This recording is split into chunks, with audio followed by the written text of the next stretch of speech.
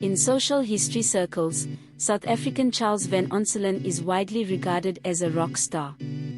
His work combines analytical rigor of social history, which focuses on structural change and the experiences of ordinary people, with an elegant, descriptive writing style more commonly associated with narrative approaches to discipline. From this mixture, it is a richly textured portrait that appears when applied to vast and often scattered canvas of the past, giving history a colorful and vibrant appearance. The Three Wise Monkeys is Van Onselen's latest work, a newly published trilogy that explores the relationships between Portugal's fragile colony on the southeast coast of Africa and South Africa. The wisdom of Three Wise Monkeys came to South Africa via English from the West, filled with a cultural coding that encouraged settlers' ideologies of denial, rootedness and silence when faced with moral uncertainties.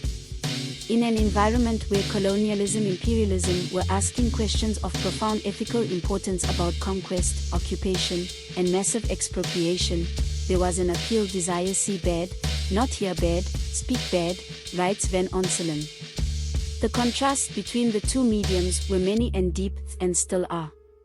What became modern Mozambique, Lusophone, was stuck in a sandy unyielding land that was Catholic, commercial and rural, vulnerable to drought flood.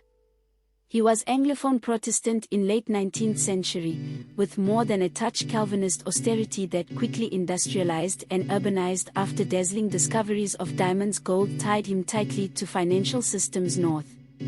For black majority both mediums, this jarring juxtaposition and subsequent unequal relationships have left them stranded Mozambique, exposing them to levels of grotesque exploitation that have in no way contributed to the construction's largest gold mining industry history.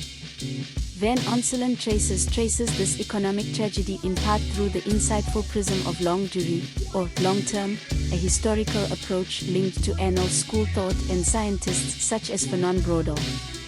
The wide-angle lens and long vision clearly focus on structural changes that underlie history, including connections between past and present. Van Onselen also quotes the work of the British Marxist historian Eric Hobsbawm and his view that a nation precedes state.